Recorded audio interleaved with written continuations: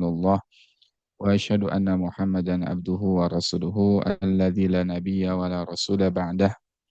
Allahumma salli wa sallim wa an'im ala nabiyyina wa habibina wa syafi'ina Muhammad sallallahu alaihi wasallam wa ala alihi wa sahbihi ajma'in. Allahumma arhamna bil Qur'an waj'alhu lana imaman wa nuran wa hudan wa rahmah. Allahumma dzakkirna minhu ma nasina wa 'allimna minhu ma jahilna warzuqna tilawatahu ana al-laili wa atrafan nahar warzuqna tilawatahu ana al-laili wa atrafan nahar. Allahumma rzuqna ilman nafi'an wa rizqan wasi'an wa amalan mutaqabbalan. Subhanaka la ilma lana illa ma 'allamtana innaka antal alimul hakim. Alhamdulillah, alhamdulillah bi ni'matihi tatimmus shalihat. Alhamdulillahi ala ni'matil iman, summa alhamdulillahi ala ni'matil islam, alhamdulillahi ala ni'matil ukhuwah. Alhamdulillahi bi ni'matihi tatimmus shalihat. Segala puji bagi Allah Subhanahu wa taala yang telah mempertemukan kita kembali dalam kajian kitab Al-Idhah fi Manasikil Haji wal Umrah karya Imam An-Nawawi rahimahullah ta'ala. Salawat serta salam selalu tercurah kepada junjungan kita Habibana wa Nabiyana Muhammad sallallahu alaihi wasallam beserta keluarganya, para sahabatnya hingga kepada kita selaku umatnya hingga akhir zaman. Dan insya Allah kita akan melanjutkan kembali pembelajaran kitab Al-Idhah fi Manasikil Haji ini, menyambung pembahasan kita pada bab 1 ya, yang berkaitan dengan adab safar ya, yang dibahas di dalam kitab Al-Idhah fi Manasikil Haji wal Umrah ini. Pada pertemuan yang lalu sudah kita prolog ya beberapa pembahasan terkait dengan adab safar. Dan ini penting untuk kita pelajari dan ini penting untuk kita kaji karena yang namanya umroh atau yang namanya haji itu tidak terlepas dari yang namanya safar, ya, berpergian. Sehingga kita harus mempelajari adab-adab ya ketika kita melakukan sebuah safar. Ya, jangan sampai bepergiannya kita itu ya tidak menggunakan adab. Ya. Sehingga hal yang kita harapkan saat safar itu bisa mendatangkan pahala, mendatangkan ampunan dari sisi Allah, justru bisa sebaliknya. Ya, tidak mendapatkan pahala, tidak mendapatkan ampunan, wa a'udzubillahi min dzalik, malah safarnya kita ya, justru menambah dosa. Sehingga ada satu doa yang ya patut untuk kita hafalkan ya, atau di antara doa saat mendoakan orang lain ketika dia mau melakukan safar, dan doa ini doa yang masih eh, asing di telinga kaum muslimin, wabil khusus di Indonesia ya, ketika ada seseorang yang mau melakukan safar, wabil khusus mau melaksanakan umroh atau melaksanakan haji, ya kita dianjurkan untuk mendoakan saudara kita dengan kalimat zawwadakallahu taqwa wa ghafara dzambak wa haitsuma kunta wa yasarallahu amr haitsuma kunta. Ya. Ada yang pernah mendengar doa itu atau ada yang hafal doa itu tidak? Siapa yang baru mendengar pertama kali doa zawwadakallahu taqwa wa ghafara dzambak wa haitsuma kunta wa yassaralakal umur haitsuma kunta. Ada yang baru hafal di situ atau baru dengar? Jangan kehafal dulu, baru dengar saja. Ya, ini doa yang barangkali banyak mayoritas yang mendengar saja baru, ya. Jangankan hafal, ya dengar saja baru, ya. Dan itu harus dibiasakan, ya. Harus dibiasakan diucapkan, ya. Harus biasakan dihafal. Kalau bisa dihafal sehingga nanti kalau ada orang yang sedang mau safar, kita mendengar si fulan, si fulana mau melaksanakan safar, kita bisa mendoakan doa itu dengan doa yang bersumber dari hadis Nabi. Zawadakallahu taqwa. Semoga engkau ditambahkan oleh Allah, atau semoga Allah menambah ketakwaan kepadamu. Itu pertama. Jadi bagi orang yang safar itu ya ada hak ya bagi orang yang safar, yaitu didoakan oleh muslim, karena doa itu adalah bagian dari hak ya seorang muslim.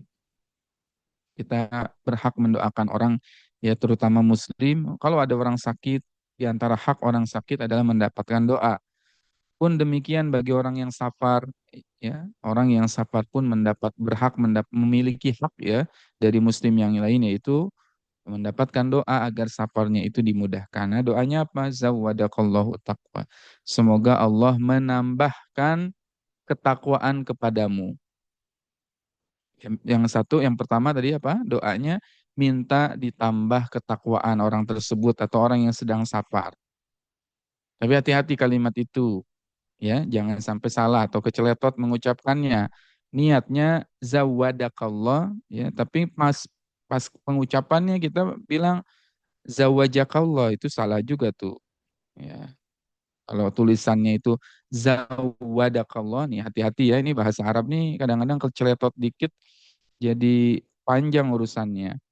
Zawadaka, ya, bukan ya zawajaka, ya.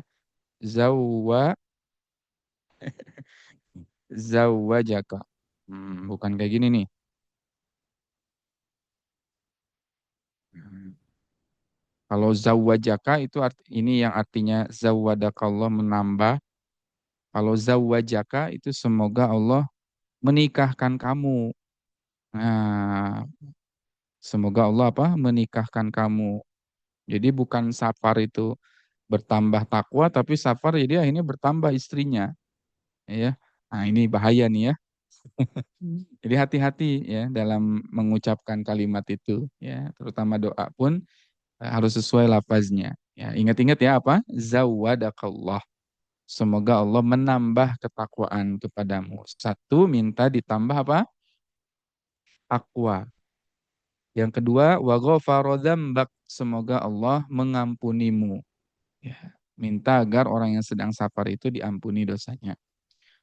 Kenapa harus minta agar orang yang safar itu diampuni dosanya? Karena kita tahu bahwasannya orang yang sedang safar itu besar kemungkinan dia pun melakukan dosa selama perjalanan. Yang namanya orang melakukan safar bisa jadi ya ada potensi dalam melakukan dosa. Ya, ada potensi dalam melakukan dosa atau maksiat dalam safar itu, dan besar potensinya ya. Apakah godul basor yang ditinggalkan, apakah ya dalam segi aspek ya sholat mungkin yang terlalaikan ketika safar, maka kita minta agar orang ini diampuni selama safarnya. Wa ghafara dzambak wa yassara lakal umur haitsu ma kunta, dan semoga Allah memudahkan segala urusan kamu dimanapun kamu berada.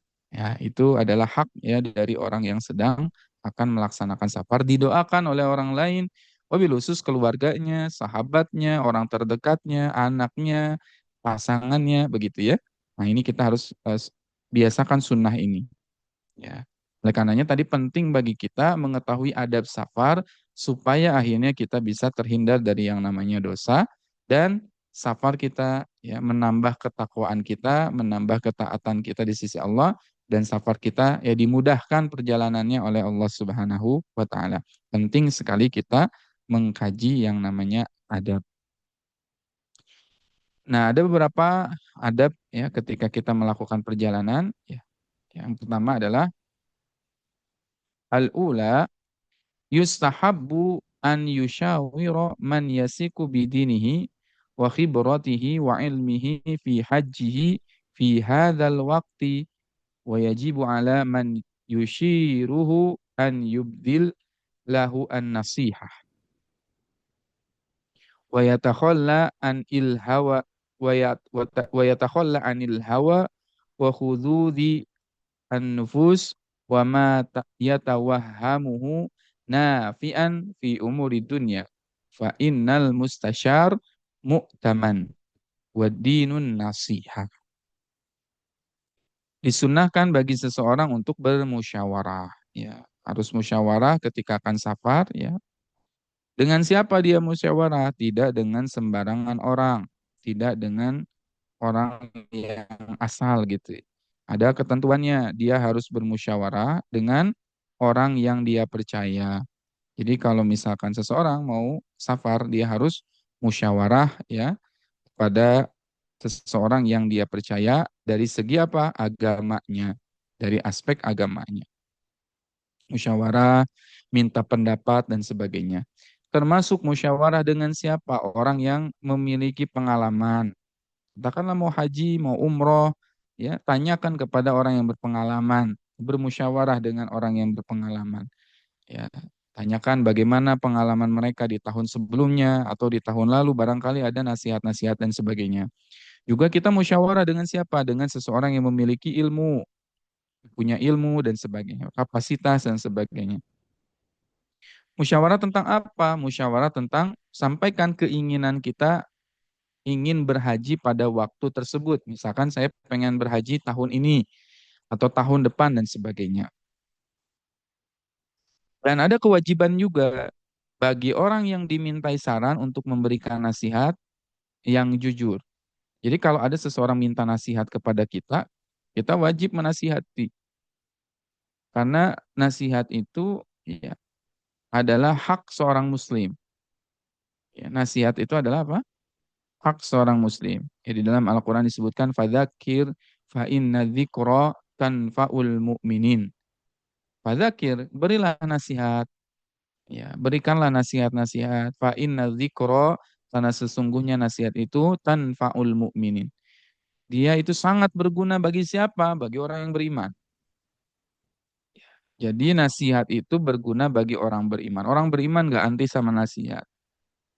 Kalau benar-benar dia mukmin, dia sangat senang dan dia sangat cinta dengan nasihat. Kenapa? Karena kalau ada seseorang yang menasihati dia, berarti itu adalah tanda bahwa seseorang itu sayang, seseorang itu cinta, ya, seseorang itu care, peduli sama kita. Ya. Apalagi dalam bab agama, ada seseorang yang menasihati kita, ada seseorang yang memberikan nasihat-nasihat untuk kita. Harus bersyukur, berterima kasih kepada orang yang menasihati kita. Kenapa? Karena sesungguhnya orang yang paling peduli dengan diri kita adalah orang yang paling peduli terhadap masalah agama kita. Ya. Sebagaimana Nabi Ibrahim alaihi salam yang menasihati ayahnya, ya abati inni akhafu ayyamassaka adzabun minar rahman fatakunu lisyaitani waliya. Ya. Dari surat Maryam itu kita bisa mengambil hikmah bahwasannya orang yang paling peduli dengan diri kita adalah orang yang paling peduli dengan masalah agama kita. Jadi kalau ada orang yang menasihati kita masalah agama, wah, pegang erat orang itu. Pegang orang, pegang erat seseorang yang menasihati kita dalam bab agama karena itu mahal sekali. Susah sekali mendapatkan orang yang dengan tulus, ya dengan ikhlas menasihati kita. Dan kalau hati kita sedang bermasalah, maka kita biasanya anti dengan yang namanya nasihat. Dan itu ciri hati sedang sakit. Kalau hati sedang sakit, hati sedang kotor, hati sedang keras, mereka biasanya ya sangat anti dengan yang namanya nasihat. Justru harusnya kebalikannya, kalau ada yang menasihati kita, bersyukur kepada Allah Subhanahu wa taala. Dan wajib bagi seseorang yang dimintai nasihat atau dimintai saran harus memberikan nasihat yang jujur serta mengesampingkan hawa nafsu dan kepentingan pribadi ataupun yang menurut sangkaan hanya menguntungkan urusan duniawi. Yang memberi nasihat pun tidak boleh tadi ya. Ada hawa nafsu di situ, ada kepentingan-kepentingan pribadi atau sifatnya duniawi ya ketika menyampaikan nasihat itu. Karena orang yang dimintai pendapat adalah orang yang diberi amanah.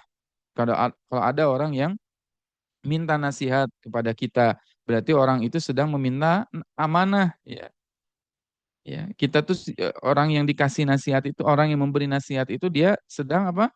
Diberi amanah oleh Allah Subhanahu Wa Taala, maka sampaikanlah yang terbaik.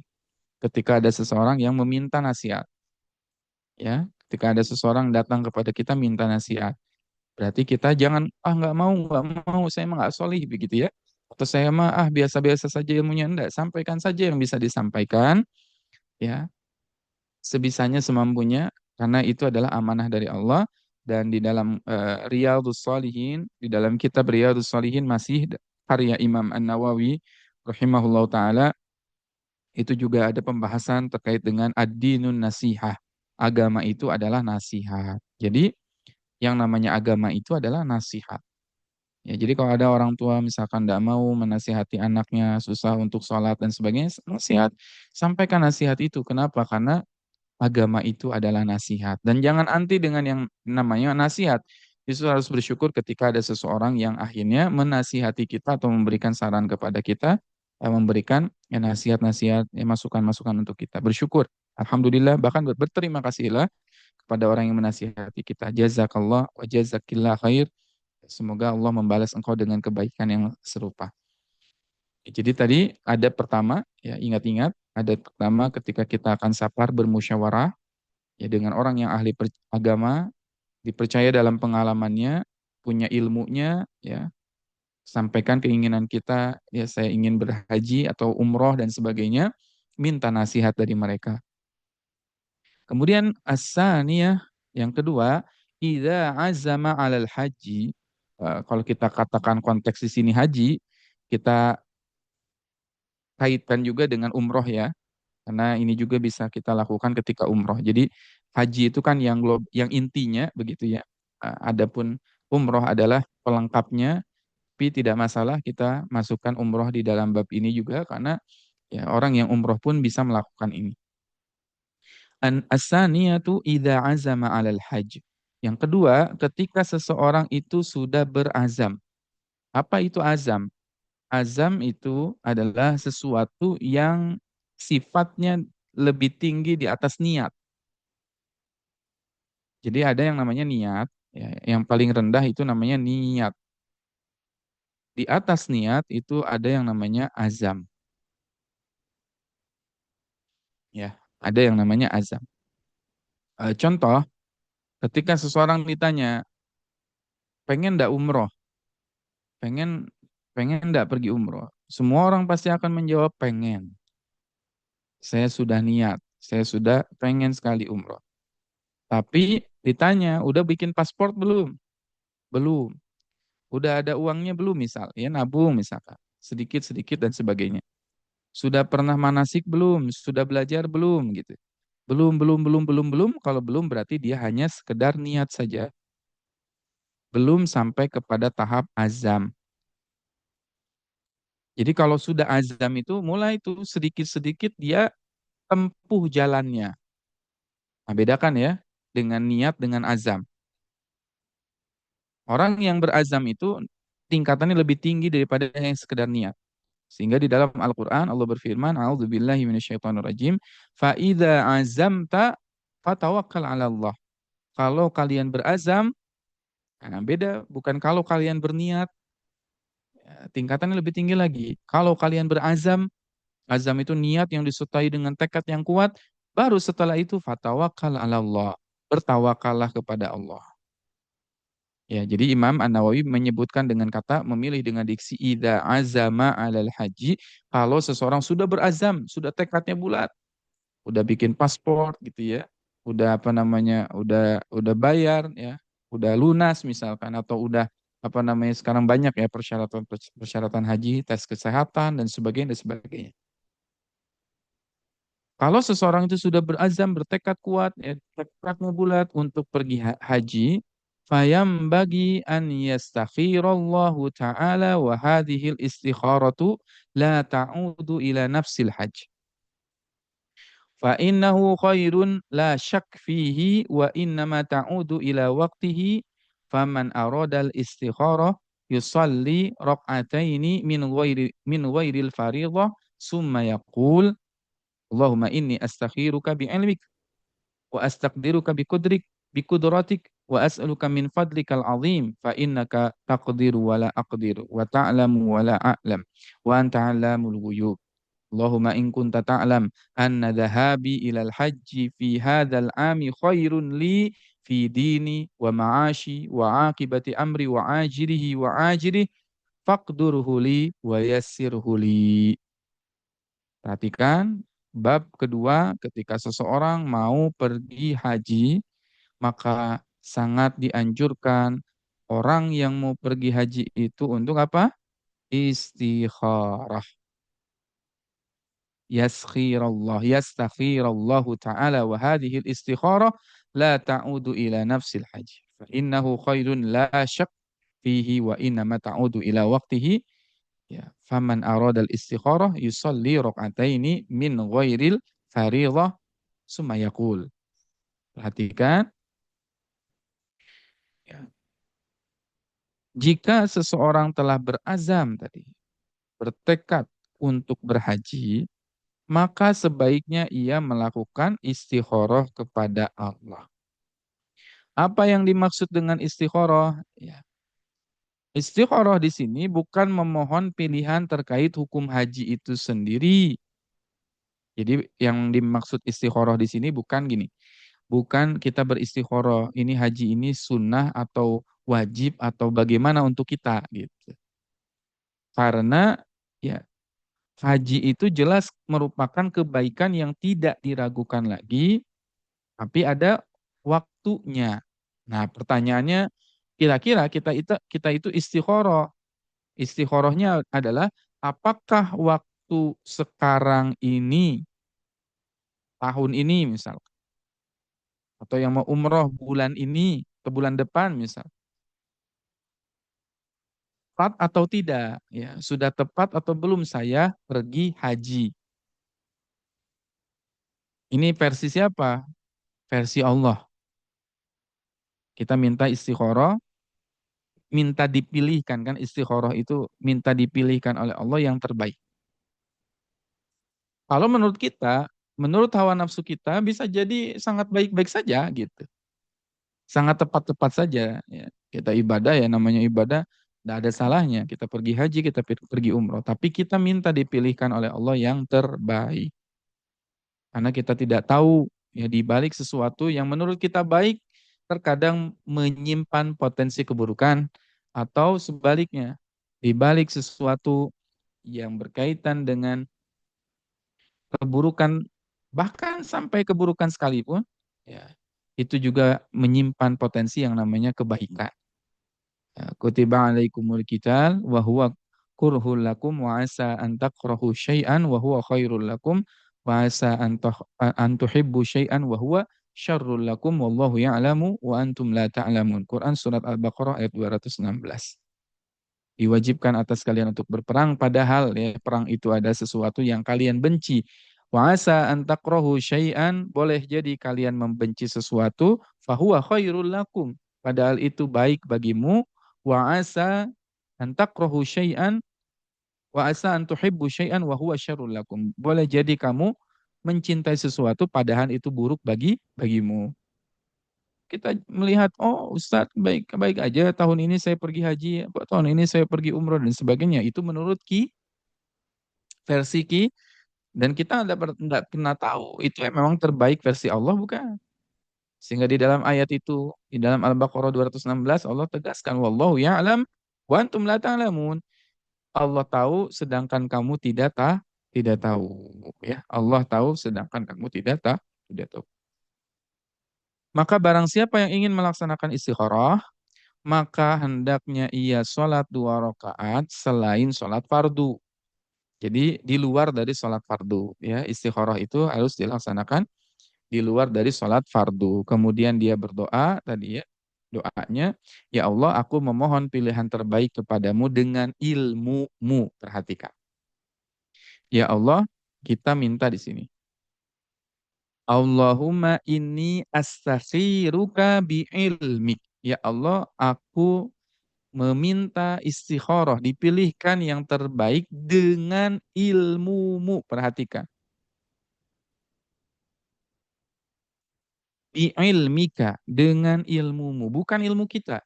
Ilmunya Allah. Ilmunya Allah. Ketetapannya Allah. Karena ketetapan Allah adalah yang terbaik untuk kita. Meskipun itu terlihatnya buruk pada saat itu. Meskipun yang terlihatnya terjadi misal penundaan.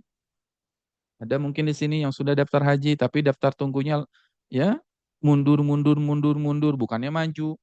Malah ada sekarang kebijakan kan haji dikurangi porsi setiap daerah, ya sehingga akhirnya ada yang harusnya udah berangkat tahun depan, tiba-tiba mundur lagi jadi berapa tahun. Nah, itu kan dengan ilmunya Allah. Ya, kita meminta agar kita dipilihkan dengan ilmunya Allah. Wa astaqdiruka biqudratika. Dan mohon kepada engkau takdir yang terbaik dengan takdir. Wa as'aluka min fadlikal azim. Dan kami memohon ya dengan keutamaanmu, dengan keagunganmu yang sangat agung, fa innaka taqdir wala aqdir. Karena sesungguhnya ya Allah, engkaulah yang mentakdirkanku, wala aqdir, dan bukanlah aku yang mentakdirkan segala sesuatu. Wa ta'lam, engkau adalah yang maha mengetahui sedangkan aku tidak tahu.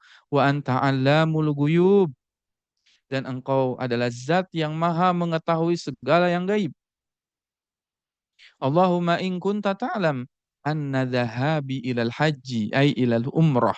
Ya Allah, kalau engkau mengetahui bahwasannya kepergianku menuju haji itu atau kepergianku menuju umrah itu fi hadzal am, di tahun ini, di bulan ini misalkan, khairun li, itu baik bagiku, fi dini, bagi agamaku, wa ma'ashi, bagi ma'isyahku, ya, mata pencaharianku, wa aqibati amri, dan kesudahan kehidupanku, wa ajirihi wa ajiri, kebaikan demi kebaikan dan seterusnya, faqdurhu li wa yassirhu li. Ya Allah, mudahkan untukku dan ya, takdirkan untukku dan mudahkanlah untukku. Summa barik li fihi wa in kunta ta'lam annahu syarrun li. Perhatikan.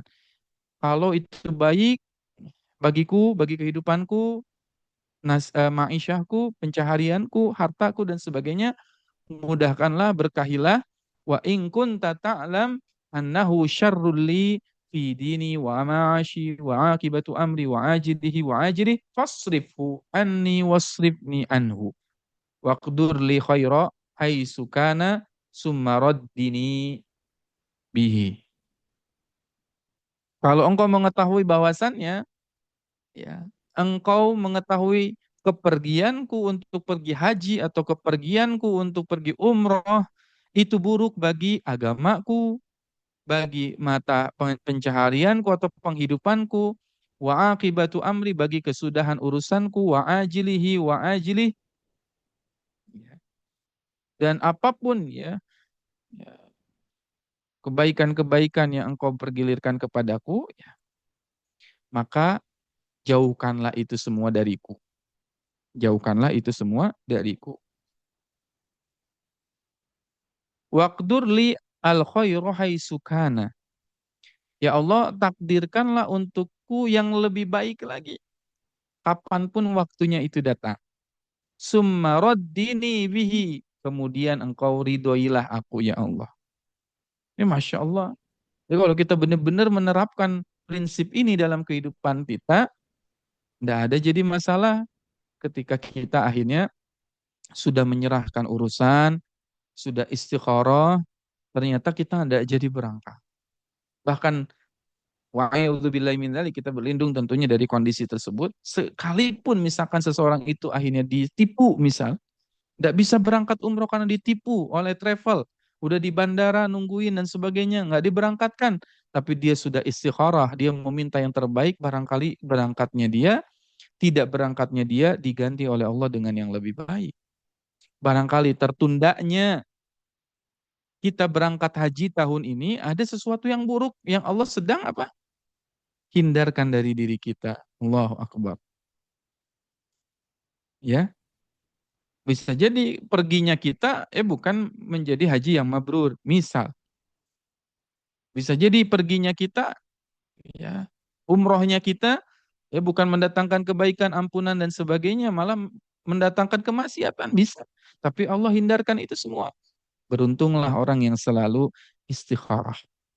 Tidak akan pernah rugi orang yang selalu istikharah. Kenapa? Ini doanya dahsyat sekali. Kalau kita renungkan ini doa, ya, ini doa kita renungkan betul-betul dimaknai, ditadaburi, nggak akan lagi ada yang namanya dengan kasus tidak ridho terhadap takdir dan ketetapan Allah. Nggak akan. Sekalipun hal buruk terjadi pada kita pada saat umroh atau haji, nggak akan ada lagi orang ngeluh masalah travelnya, orang ngeluh masalah pelayanan, orang ngeluh masalah ibadah. Enggak. Kenapa? Karena dia sudah memahami urgensi dari yang namanya istikharah. Wa yustahabbu an yaqra'a fi hadhihi shalah ba'da al-Fatihati fi raq'atil ula qul ya ayyuhal kafirun wa fis saniyah qul huwallahu ahad summa liyamdi ba'dal istikharati lima yansharihu lahu sadruh. Ya. Disunahkan atau dianjurkan untuk membaca dalam sholat istikharah, tata caranya ya.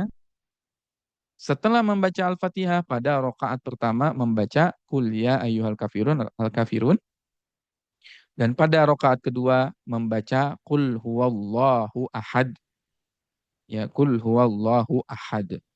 Al-Ikhlas. Kemudian setelah istikharah hendaklah ia mengikuti apa yang membuat hatinya merasa lapang. Jadi yang kedua adalah kita mengikuti apa yang membuat hati itu terasa lapang, tenang, dan mantap. Ya. Kalau hati kita jadi tenang setelah istikharah, lapang hati kita, semakin mantap. Oh, saya mantap pergi haji. Oh, saya semakin mantap pergi umroh. Ya, maka ikutilah. Ya. Ikutilah hal tersebut dan bismillah. Idza azamta tadi sudah berazam, fatawakkal 'ala Allah, bertawakal kepada Allah Subhanahu wa taala. Ya, bertawakal kepada Allah Subhanahu wa taala. Oleh karenanya pada malam hari ini saya izin ya membatasi pembahasan kitab ini pada poin kedua, tetapi kita akan dalami teknis dan tata cara sholat istikharah. Ya, karena sepertinya banyak juga yang tidak tahu caranya gimana. Kalau sholat istikharahnya mungkin pernah dengar ya. Oh, sholat istikharah adalah sholat meminta pilihan dan sebagainya. Tapi teknisnya kadang-kadang orang nggak tahu. Ya, teknisnya seperti apa, baca doanya kapan, apakah di dalam sujud, apakah setelah salam, apakah di tahiyat terakhir, atau kapan pelaksanaannya dan sebagainya. Ya, maka pada hari ini insya Allah uh, istikharah apakah harus berkali-kali atau cukup sekali, atau harus 2 kali atau 3 hari, 3 kali dalam 1 hari berapa kali kita istikharah, ya. Saya kira kita akan dalam masalah itu, ya, bab itu, ya, bab tentang istikharah, ya, bab tentang sholat istikharah. Sepakat atau setuju? Mudah-mudahan kalaupun sudah tahu ilmunya semakin menguatkan, kalaupun belum tahu semakin menambah ya pengetahuan kita terkait dengan sholat istikharah ini, karena seringkali kita terlewat dengan bab ini ya, padahal bab ini adalah bab yang paling penting ya, bab yang ya kita butuhkan karena kita sering insya Allah istikharah ya, tapi kadang-kadang karena keterbatasan ilmu. Dan saya ikut kaidah dari guru saya bahwasannya seorang guru itu tidak boleh husnudzon kepada muridnya. Maksudnya gimana Ustaz? Seorang guru tidak boleh husnudzon pada muridnya. Gimana maksudnya? Berarti harus suudzon dong. Ya. Kenapa kalau husnudzon? Oh, kayaknya udah pada tahu ilmu istikharah, saya nggak akan sampaikan. Tapi ternyata ini banyak yang salah gitu ya. Banyak yang nggak tahu, banyak yang keliru. Lebih baik disampaikan saja. Gitu ya. Jadi pembahasan kitab Al-Idhah ini pelan-pelan. Ya, kalau berharap sekali waktu beresnya cepat, itu rasanya sesuatu yang mustahil. Pelan-pelan, dikit-dikit aja, tapi yang penting kita mantap, kita jalankan. Yang pertama tadi, kalau mau safar, musyawarah dengan siapa, dengan orang soli dan sebagainya, minta pendapat dan sebagainya. Yang kedua, sholat istikharah. Baik. Panduan sholat istikharah, nanti file ini akan saya kirimkan juga kepada ayah bunda, abang kakak sekalian insya Allah. Panduan sholat istikharah. Sesungguhnya manusia adalah makhluk yang lemah dan sangat butuh kepada pertolongan Allah Subhanahu wa taala dalam setiap urusannya. Dan mesti diyakini bahwasannya manusia itu tidak tahu ya perkara yang gaib. Kita tidak pernah tahu perkara yang gaib. Manusia tidak pernah mengetahui mana yang baik, mana yang buruk. Menurut kita baik, ternyata buruk. Menurut Allah buruk, ternyata itu baik bagi kita pada masa yang akan datang maupun masa sekarang. Oleh karena itu, di antaranya Hikmah akhirnya Allah Subhanahu wa taala memerintahkan kepada hamba-hambanya, Allah mensyariatkan doa, salat supaya seorang hamba itu bisa bertawasul kepada Rabb-Nya untuk menghilangkan kesulitan dan untuk mendapatkan kebaikan-kebaikan yang dia peroleh. Dan seorang muslim sangat yakin dan tidak ada keraguan sedikit pun bahwa yang mengatur segala hal dalam kehidupannya adalah Allah Subhanahu wa taala. Dialah yang menakdirkan dan menentukan segala sesuatu sesuai dengan apa yang Allah kehendaki untuk para hambanya. Allah berfirman, A'udzubillahi minasyaitonirrajim. Bismillahirrahmanirrahim. Wa rabbuka yakhluqu ma yasha'u wa yakhtar. Ma kana lahumul khiyarah. Subhanallahi wa ta'ala amma yusyrikun. وربك يعلم ما تكن صدورهم وما يعلنون وهو الله الذي لا إله إلا هو وله الحمد في الأولى له الحمد في الأولى والآخرة وله الحكم وإليه ترجعون. Quran surat Al-Qasas ayat 68 sampai 70. Wa rabbuka yakhluqu ma yasha, dan Rabbmu menciptakan apa yang dia kehendaki, wa yakhtar, dan Allah memilihnya. Itu yang namanya istikharah. Maka nalahumul khiyarah. Sekali-kali tidak ada pilihan bagi mereka. Subhanallahi wa ta'ala amma yusyrikun. Yang menentukan itu hanyalah Allah yang maha suci dan maha tinggi daripada apa yang mereka persekutukan. Wa rabbuka ya'lamu ma tukinnu suduruhum wa ma yu'linun. Dan Allah adalah zat yang maha mengetahui apa-apa yang terkandung di dalam dada kalian, yang tersembunyi di dalam dada kalian, wa ma yu'linun, dan apa-apa di dalam dada kalian yang kalian nyatakan. Wa huwallahu la ilaha illahu, lahul hamdu fil ula wal akhirah, wa lahul hukmu wa ilaihi turja'un. Dan dialah Allah, la ilaha illahu, tidak ada Tuhan yang patut disembah kecuali Dia. Alhamdulillahi fil ula wal akhirah. Segala puji bagi Allah di dunia wal akhirah. Dan segala puji bagi Allah di akhirat. Walahul hukmu wa ilaihi turja'un. Dan milik Allah lah ya, segala hukum, segala ketentuan. Dan hanya kepada Allah lah kamu dikembalikan. Ini dalil. Pentingnya kita istikharah. Allah tahu apa yang tersimpan di dalam hati kita dan apa yang kita nyatakan. Dan Allah yang maha mengetahui segala apapun yang terjadi di dunia dan di akhirat. Yang penting bagi kita untuk mendapatkan al-hukmu wa ilaihi turja'un, dan mengembalikan segala urusan kepada Allah Subhanahu wa taala. Al-Alamah Al-Qurtubi rahimahullahu taala menjelaskan, sebagian ulama menjelaskan tidak sepantasnya, nggak pantas, kata Imam Al-Qurtubi dan sebagian ulama, tidak sepantasnya bagi seseorang yang ingin menjalankan di antara urusan dunianya sampai ia meminta pada Allah pilihan dalam urusan tersebut dengan melaksanakan sholat istikharah. Jadi nggak pantas, kata Imam Al-Qurtubi dan sebagian ulama, kalau kita ada urusan dunia, apalagi urusan akhirat, kita ndak istikharah dulu. Mau haji, mau umroh, kita ndak istikharah, nggak minta pertolongan kepada Allah, jeger, hajar aja gitu ya.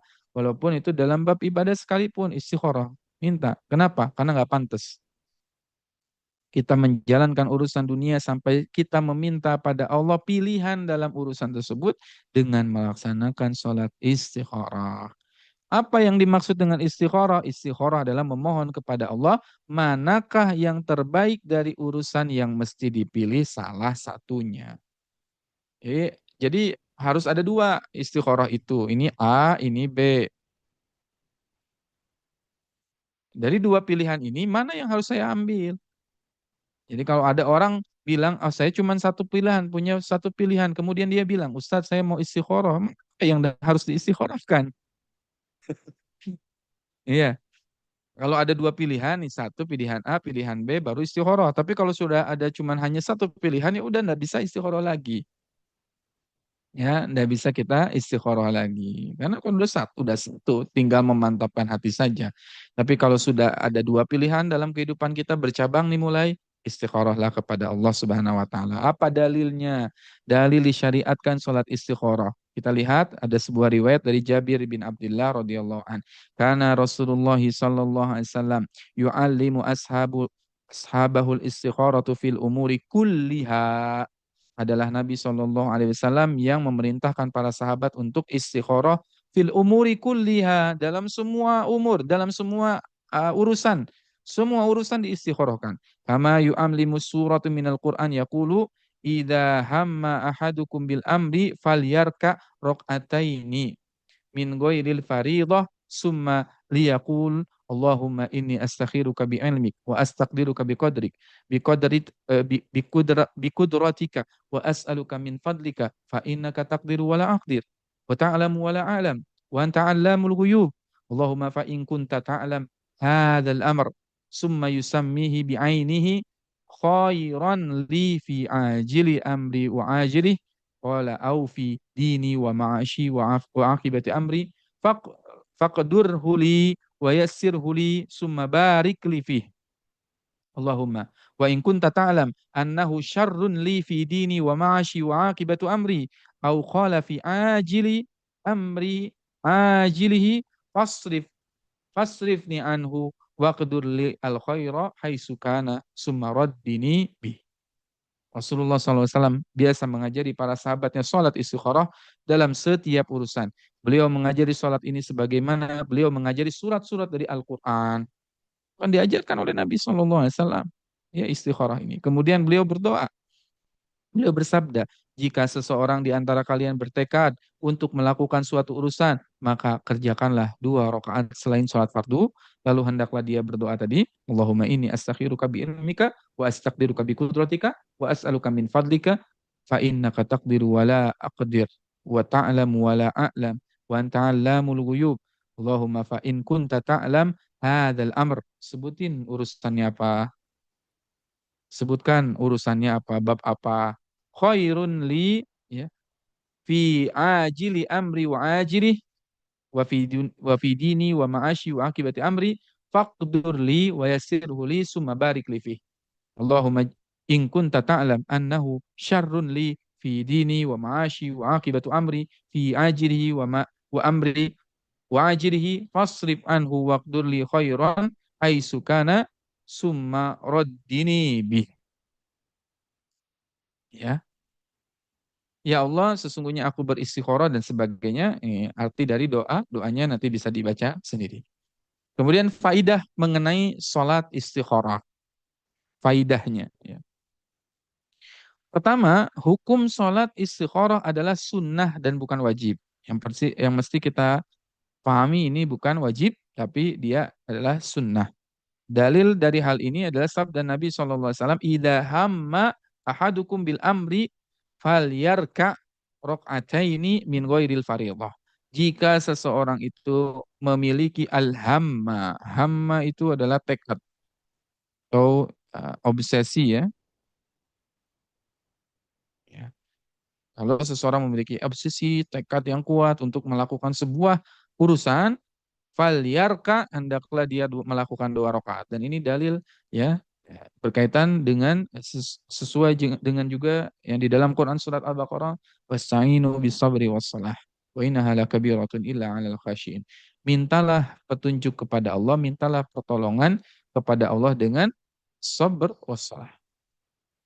Dengan sabar dan salat ya. Salat istikharah termasuk ya salah satu ikhtiar yang bisa kita lakukan untuk mendatangkan ya kebaikan dari Allah Subhanahu wa taala, pertolongan dari Allah Subhanahu wa taala. Ya maka ya hukumnya sunnah bukan wajib. Begitu pula Nabi SAW pernah didatangi seseorang lalu ia bertanya mengenai Islam. Kemudian Nabi SAW menjawab sholat 5 waktu sehari semalam. Lalu ditanyakan pada Nabi SAW, hal alayya ghairuha qol la illa anta tawwa'a. Apakah aku memiliki kewajiban sholat lainnya? Nabi SAW pun menjawab, tidak ada kewajiban untuk sholat lainnya, kecuali jika engkau ingin menambah dengan sholat sunnah. Ya, jadi yang lain tuh, yang wajib hanya 5, dari sisanya adalah sunnah. Kedua, dari hadis di atas, sholat istikharah boleh dilakukan setelah sholat tahiyatul masjid, setelah sholat rawatib, setelah sholat tahajud, dan setelah sholat duha dan sholat lainnya, selama tidak dilakukan di waktu-waktu terlarang untuk sholat. Jadi boleh ya dilakukan, misalkan kita tahiyatul masjid, setelah tahiyatul masjid saya mau sholat istikharah misal. Istikharah bisa dilakukan. Setelah sholat rawatib, ya, sholat qobliyah, sholat ba'diyah, kita lakukan istikharah boleh? Boleh. Setelah sholat tahajud boleh tidak istikharah? Boleh. Melakukan istikharah. Di waktu duha boleh tidak istikharah? Boleh. Ya, selama tidak di waktu haram untuk melaksanakan sholat. Kapan waktu haram? Setelah sholat subuh, kemudian nanti ya di antara waktu asar, yaitu ada waktu yang haram untuk melaksanakan sholat. Di sisanya di waktu-waktu lain silakan boleh dilakukan. Bahkan jika sholat istikharah dilakukan dengan niat sholat sunnah rawatib atau sholat sunnah lainnya, lalu berdoa istikharah setelah itu, maka itu pun diperbolehkan juga. Ya, artinya di sini dia mengerjakan sholat rawatib satu niat dengan sholat istikharah. Ya, dia misalkan sholat qobliyah digabung dengan saya niat qobliyah, saya niat istikharah. Wallahu alam, ada ikhtilaf di kalangan ulama terkait dengan bab menyatukan niat dalam sholat sunnah. Ada yang mengatakan boleh, ada yang mengatakan tidak. Ya, para ulama berbeda pendapat. Misal kita masuk masjid, tahiyatul masjid nggak sempat gitu ya, sempatnya sholat qobliyah. Nah, tahiyatul masjidnya qobliyahnya itu bisa digabung, gitu ya. Tapi ada yang mengatakan tidak bisa digabung dalam hal niat. Allah alam bisawab. Tapi kalau katakanlah mau digabung, ada ulama yang memperbolehkan. Artinya di sini dia tadi mengerjakan sholat rawatib satu niat dengan sholat istikharah. Karena Nabi SAW bersabda, "Idza hamma ahadukum bil amr falyarka raqataini min ghairil fardhah." Jika salah seorang di antara kalian bertekad untuk melakukan suatu urusan, maka kerjakanlah sholat 2 rakaat selain sholat fardu. Di sini cuma dikatakan yang penting lakukanlah sholat 2 rakaat apa saja selain sholat wajib. Jadi 2 rakaat. Kemudian Al-Iraqi mengatakan jika ia bertekad melakukan suatu perkara sebelum ia menunaikan sholat rawatib atau sholat sunnah lainnya, lalu ia sholat tanpa niat sholat istikharah, lalu setelah sholat 2 rakaat tersebut dia membaca doa istikharah, maka ini juga diperbolehkan.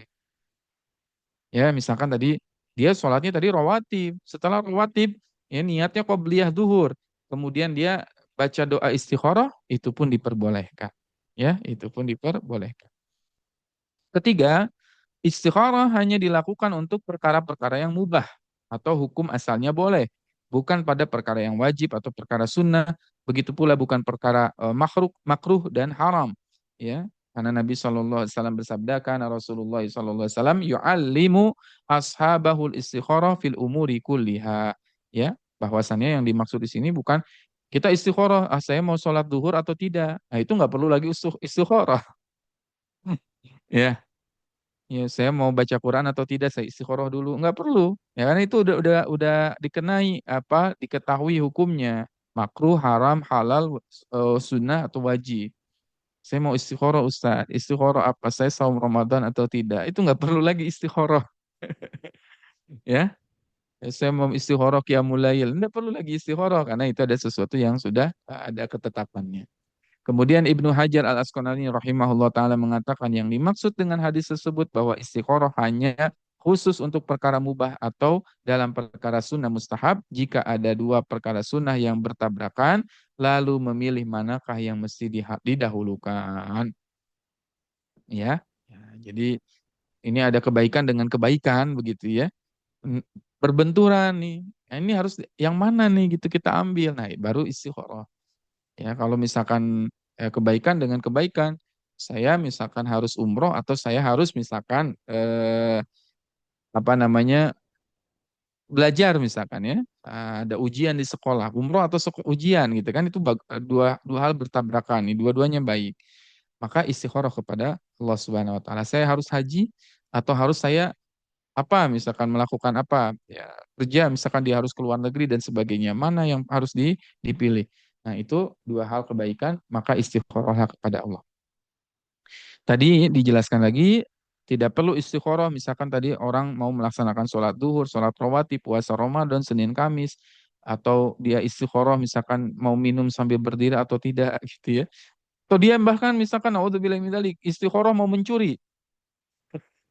Mau melakukan dosa dia istikharah dulu. Saya mau mencuri istikharah dulu. Nggak bisa seperti itu ya. Semua contoh ini tidak perlu lewat jalan istikharah ya. Dia mau melakukan maksiat istikharah dulu nggak perlu. Gitu ya. Begitu pula tidak perlu istikharah dalam perkara apakah dia harus menikah atau tidak. Itu nggak perlu lagi. Ini dalam tanda petik saya harus nikah atau enggak ya. Istikharah enggak boleh karena menikah adalah sesuatu yang dianjurkan. Ya, nikah dan kan banyak sekarang Ustadz saya lagi istikharah apakah saya mau menikah atau tidak. Ustadz saya istikharah apakah saya harus memiliki anak atau tidak. La haula wala quwata illa billah. Dia sudah menikah, suami istri nikah, ya terus dia istikharah apakah mau punya anak atau enggak dan sebagainya itu udah nggak perlu lagi istikharah. Begitu ya. Kecuali istikharahnya adalah saat si fulan mendapatkan calon A dan B. Dua-duanya baik misalkan, nah barulah istikharah. Ya, kalau ada dua nih atau tiga, dua atau tiga, ya dia misalkan apa namanya istikharah, saya mau menikah dengan wanita yang mana, atau perempuan datang laki-laki, tiga orang baik-baik semuanya, istikharah minta kepada Allah, itu boleh. Begitu ya. Begitu juga Nabi SAW bersabda, ya ma'syarus sabab man istata'a minkumul ba'ah falyatazawwaj. Ya, itu barang siapa, wahai para pemuda, barang siapa menikah, maka menikahlah. Ya, jika kalian sudah memiliki al-ba'ah. Al-ba'ah, kemampuan untuk memberi nafkah, faliyatazawwaj, maka menikahlah. Namun ada catatan, dalam urusan memilih pasangan, siapa pasangan kita, kapan tanggal nikahnya, maka itu bisa dilakukan istikharah. Oh, mau bulan apa, mau tanggal berapa, itu silakan bisa istikharah di tempatnya di mana dan sebagainya. Sedangkan dalam perkara sunnah yang bertabrakan dalam satu waktu, maka boleh juga dilakukan istikharah. Misal, seseorang ingin melakukan umroh yang sunnah, sedang ketika itu ia harus mengajarkan ilmu di negerinya. Saya misalkan sering ngajar, taklim, kemudian ada umroh. Umroh dan ngisi kajian, yang itu kebaikan, maka istikharah. Lebih baik mengajar atau lebih baik umroh dan sebagainya. Ya. Sedangkan ketika itu ia harus mengajarkan ilmu di negerinya, maka saat itu dia boleh beristikharah. Bahkan ada keterangan lainnya bahwa perkara wajib yang masih longgar waktu untuk menunaikannya, maka ini juga bisa dilakukan istikharah. Semacam jika seseorang ingin menunaikan haji dan hendak memilih di tahun manakah ia harus menunaikannya.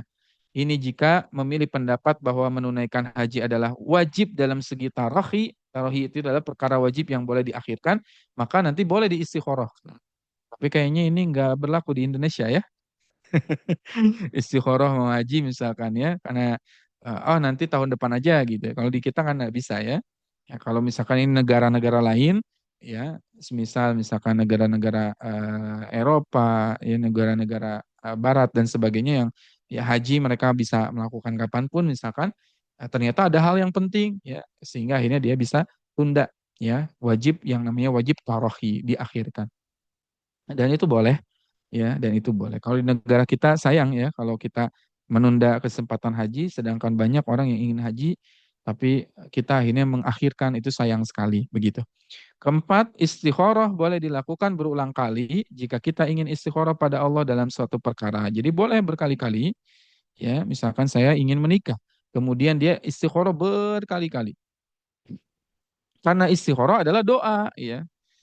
Jadi yang namanya doa ya tentu boleh berulang kali. Sampai Ibnu Az-Zubair mengulang istikharahnya 3 kali. Dalam Sahih Muslim, Ibnu Zubair mengatakan, Inni mustakhirun Rabbi salasan summa azimun ala amri. Aku melakukan istikharah pada Robku sebanyak 3 kali. Kemudian aku pun azimun, tadi berazam. Tidak boleh lagi kita mencela-mencelek lagi, ke kanan ke kiri lagi. Bahasa Jawanya tuh Mbak Lelo ya. Mbak Lelo gitu ya. Ke kanan ke kiri. Padahal dia harusnya udah tegak, berazam. Pokoknya apapun yang terjadi saya harus melakukan itu. Itu namanya azam gitu ya. Setelah istikharah. Kan istikharah itu dari A, B, A, B. Jadi misalkan A. Nah kalau udah memilih yang A, enggak boleh lagi kita mundur. Enggak boleh lagi kita ya menimbang-nimbang kembali. Ya. Kemudian doa salat istikharah yang lebih tepat dibaca setelah sholat dan bukan di dalam sholat. Jadi baca doanya kapan? Bukan di dalam sholat. Yang lebih bagus adalah apa? Dibaca setelah sholat itu berlangsung ya sholat istikharah 2 rakaat tadi. Karena ini sesuai dengan alasan dari Nabi SAW. Idha hamma ahadukum bil amri falyarka rakaataini min ghairil fardhah summa liyaqul. Setelah sholat baru. Nah, beda ya. dalam bab istikharah ini doanya itu dilakukan setelah sholat. Kalau doa sholat wajib, bagusnya di mana? Nah, di dalam sujud, di dalam sholat itu sendiri. Kalau kita doa, gitu ya, di dalam sholat itu sendiri doanya begitu. Adapun kalau nanti ya istikharahnya itu ya, dibaca, doanya itu dibaca kapan? Setelah sholat. Kalau istikharah unik ya, dia harus dibaca setelah sholat. Karena riwayat dari nabinya ya, faliyarka rokataini min ghairil faridah summa liyaqul, ya, dia ruku, kemudian setelah ruku, ya setelah salam dia membaca doa. Syekh Mustafa Al-Adawi radhiyallahu an hafizahullah taala mengatakan, aku tidak mengetahui dalil yang sahih yang menyatakan bahwa doa istikharah dibaca ketika sujud atau setelah tasyahud, kecuali landasannya adalah dalil yang sifatnya umum yang mengatakan bahwa setiap kali sujud dan tasyahud terakhir adalah doa tempat terbaik untuk berdoa. Akan tetapi hadis ini sudah cukup sebagai dalil yang tegas bahwa doa istikharah itu dilaksanakan setelah sholat. Ya, jadi dilaksanakan setelah sholat. Keenam, istikharah dilakukan bukan dalam kondisi ragu-ragu dalam suatu perkara. Jadi nggak boleh ragu gitu, ya, dalam tanda petik ya, masih masih ragu-ragu. Ya, kalau bisa udah pilihannya ada beberapa pilihan. Setelah sholat istikharah jangan terus terombang-ambing dalam wahum fitugianihim ya'mahun, dalam keragu-raguan itu. Ya, segera pilih ya istikharah. Dari A, B, C, D, E, F, G kan banyak tuh. Nah, kerucutkan jadi berapa? A dan B. Setelah itu istikharahkan, pilih satu. Begitu ya. Nah, lakukan sesuai dengan yang dipilih tadi. Jika memang pilihan itu baik, perhatikan, maka pasti Allah akan mudahkan. Dan itu sebuah sunnatullah. Itu sebuah kepastian. Kalau itu baik, dimudahkan segala jalannya. Dan kalau itu buruk, pasti akan dipersulit oleh Allah. Ada aja jalannya. Ada aja masalahnya. Ininya nggak bisa, ininya nggak bisa, ininya nggak bisa. Dan kalau tetap dipaksakan, hasilnya buruk. Ya, hasilnya buruk. Pokoknya ada aja gitu ya. Nah, itu adalah tanda dari istikharah itu sendiri. Kalau baik bagi diri kita, semuanya pasti akan dimudahkan jalannya. Itu sebuah kepastian dari Allah. Ya. Kalau dipersulit, mau ini susah, mau ini susah, mau ini susah. Ah, itu adalah tanda. Berarti Allah sepertinya tidak ridho dengan apa yang kita pilih. Ketujuh, sebagian ulama menganjurkan ketika rokaat pertama setelah Al-Fatihah baca surat Al-Kafirun, rokaat kedua baca Al-Ikhlas. Memang di sini ada ikhtilaf indal ulama. Ada yang mengatakan, tadi contohnya Imam An-Nawawi rahimahullah taala mengatakan hal demikian. Rokaat pertama Al-Kafirun, rokaat kedua Al-Ikhlas. Tapi ada juga yang mengatakan semacam hal ini tidak ada landasannya. Jadi pendapat kedua, terserah mau membaca surat apapun itu pun diperbolehkan. Itu pendapat yang kedua. Mau ngikutin Imam Nawawi silakan, mau tidak mengikuti Imam Nawawi pun tidak masalah. Ya, dua-duanya ada dalilnya. Kemudian kedelapan, nah sering kita temukan kalau yang namanya istikharah pasti identik dengan yang namanya mimpi, ya kan? Oh mimpinya gimana? Udah istikharah. Nah perhatikan, melihat dalam mimpi mengenai pilihannya bukanlah syarat dalam istikharah. Jadi nggak harus kita mimpi gimana. Ustadz saya udah istikharah tapi nggak mimpi-mimpi. Enggak, jangan menunggu mimpi. Mimpi adalah salah satu dari tanda kebaikan. Tapi nggak harus, nggak selalu istikharah itu jawabannya mimpi. Ya, dan banyak orang awam yang masih memiliki pemahaman semacam ini. Yang tepat adalah istikharah tidak harus menunggu mimpi yang jadi pilihan dan sudah jadi tekad untuk dilakukan maka lakukanlah. Atau bisa juga nanti ya dari apa namanya kemantapan hati, ketenangan hati saat kita memilih pilihan itu. Ya, kemudian terserah apa yang ia pilih tadi mantap bagi hatinya atau tidak, maka itulah yang ia lakukan karena tidak dipersyaratkan dalam hadis maka bahwa ia harus mantap dalam hati atau tadi harus bermimpi dan sebagainya. Jika memang yang jadi pilihannya tadi dipersulit maka berarti pilihan tersebut tidak baik untuknya. Namun jika memang pilihannya tadi adalah baik untuknya pasti Allah akan mudahkan. Gitu ya. Baik. Baik, tata cara sholat istikharah. Bagaimana caranya? Satu, ketika ingin melakukan suatu urusan yang mesti dipilih salah satunya, maka terlebih dahulu pilih di antara pilihan-pilihan yang ada. Syaratnya sebelum istikharah itu, ya, dia harus milih. Masalah apa saja sih gitu. A, B, C, D, E, F, G, kemudian rangkum. Kan nggak semua masalah itu bisa kita selesaikan gitu kan. Pilih ya, kemudian baru diistikharahkan. Mau yang A atau yang B atau yang C. Jika sudah bertekad melakukan pilihan tersebut, yang kedua, maka kerjakanlah sholat 2 rakaat. Ya, tadi udah dijelaskan sholat 2 rakaatnya seperti apa. Kemudian ketiga, setelah sholat 2 rakaat, berdoa dengan doa istikharah. Ya, doa dengan doa istikharah ini. Dan yang keempat, lakukanlah pilihan yang sudah dipilih di awal tadi. Terserah mau merasa mantap, mau belum merasa mantap gitu ya. Nggak harus nunggu mimpi, ya eksekusi aja. Ternyata dipersulit sama Allah, disusahkan, oh berarti itu bukan takdir kita. Tapi kalau kita mengeksekusi setelah istikharah, oh gampang, gampang, gampang, dimudahkan segala urusannya, berarti itu adalah kehendak dari Allah Subhanahu wa Ta'ala. Begitu ya. Ini terkait dengan pembahasan bab terkait dengan istikharah. Kenapa penting sahabat Al-Quran? Kenapa penting ayah bunda maka sekalian? Kita minta istikharah. Ada satu hikmah ya. Saya dapat kisah ini dari Syekh kami di Arab Saudi. Syekh kami cerita, ada seorang ibu, dia minta kepada Allah, ya. Mintanya nggak pakai jalur istikharah gitu ya, tentu dia minta. Minta apa? Ya Allah, berikanlah kepadaku uang 3 juta rial. Berikanlah kepadaku uang 3 juta rial yang aku itu mendapatkannya tidak perlu capek, nggak perlu susah-susah, nggak perlu berpayah-payah. Pengen nggak kita dapat uang itu? 3 juta rial. Kan ya, ini Indonesia rupiah, berapa rupiah tuh? 3 juta rial tuh. 13,5 miliar. 13,5 miliar. Dan dia selalu ulang-ulang doa itu. Kepada anak-anaknya, kepada siapa dia ketemu orang. Ya Allah, berikanlah aku uang, seandainya engkau memberikan uang kepadaku 3 juta rial.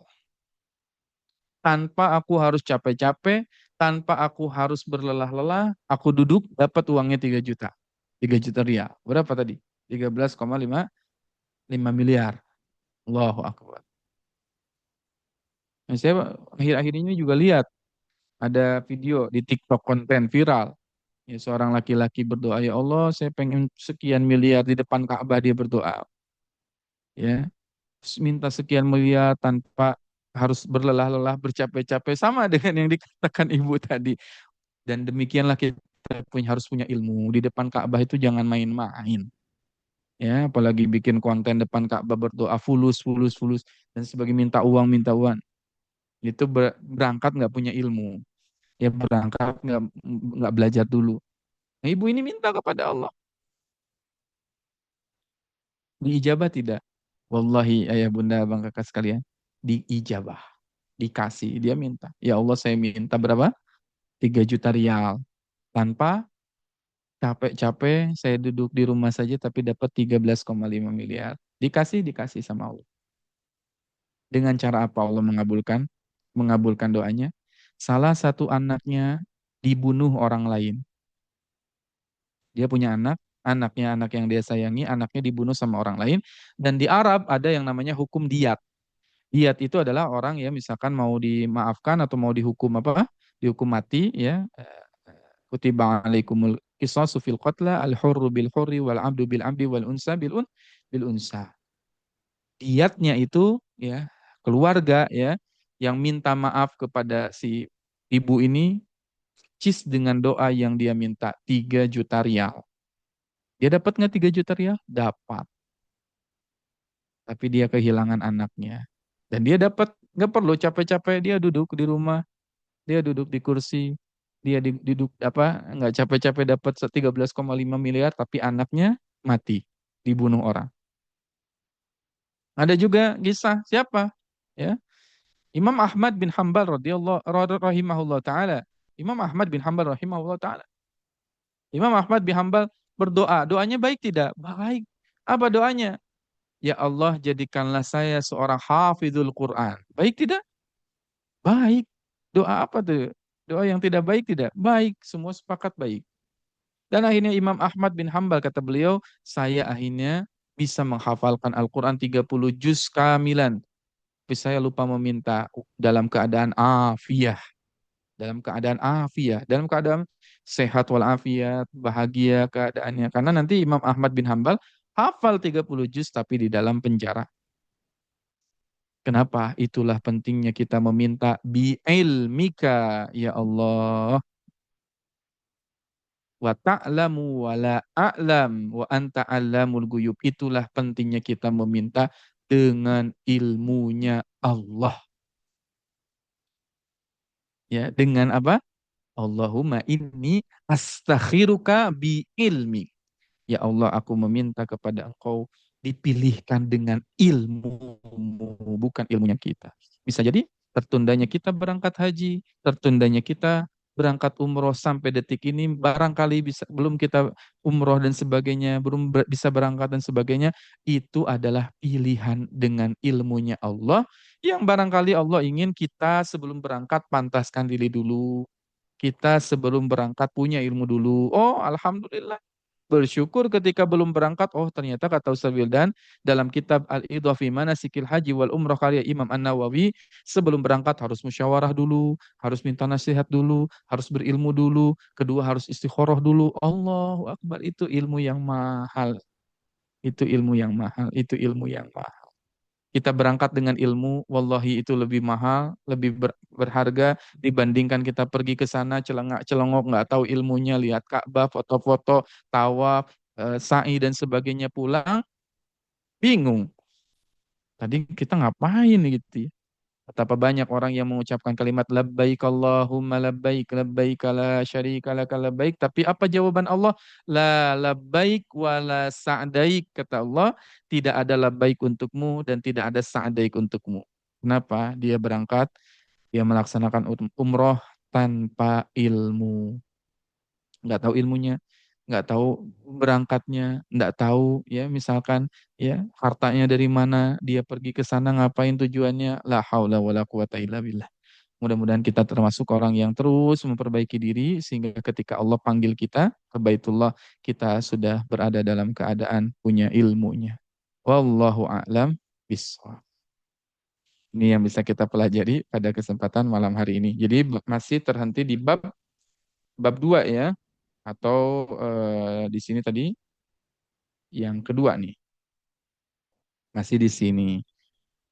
Sabar ya. Insya Allah kalau kita sabar, Allah akan memberikan kepada kita petunjuk. Nanti insya Allah minggu depan kita lanjut ke bab as-salisah ya. Kalau sudah akhirnya istikharah, niatnya bulat, apa yang harus dilakukan? Ya, ada tahapan-tahapan selanjutnya. Wallahu a'lam bishawab. Nah, barangkali ada yang ingin ditanyakan atau didiskusikan pada kesempatan malam hari ini. Saya kembalikan ke Mbak Evi. Insya Allah, Alhamdulillah. Terima kasih Ustadz untuk ilmunya hari ini.